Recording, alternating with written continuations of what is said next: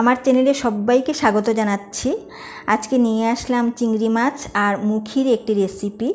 তো মুখি এখানে সেদ্ধ করে নিয়েছি। এদিকে নিয়ে নিলাম কিছু গুঁড়ো মশলা, জিরে গুঁড়ো, ধনে গুঁড়ো, ঝাল লঙ্কার গুঁড়ো, হলুদ গুঁড়ো, সামান্য জল দিয়ে গুলে নেব।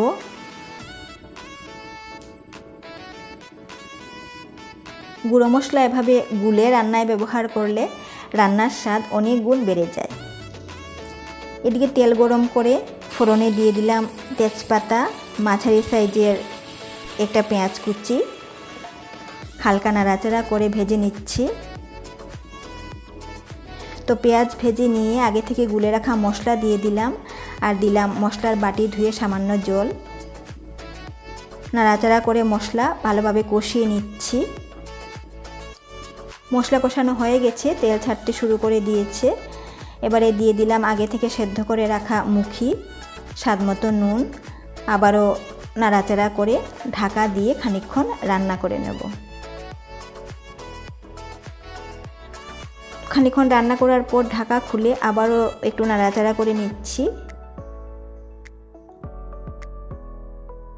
দিয়ে দেব কয়েক টুকরো টমেটো, পরিমাণ মতো গরম জল দিয়ে ফুটতে দেব।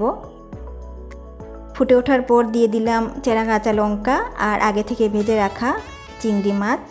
হালকা নাড়াচাড়া করে গ্যাসের ফ্লেমটাকে বন্ধ করে দিলাম। তো আজকের রান্না কেমন লাগলো অবশ্যই জানাবেন। ভালো লাগলে একটা লাইক শেয়ার করে দেবেন।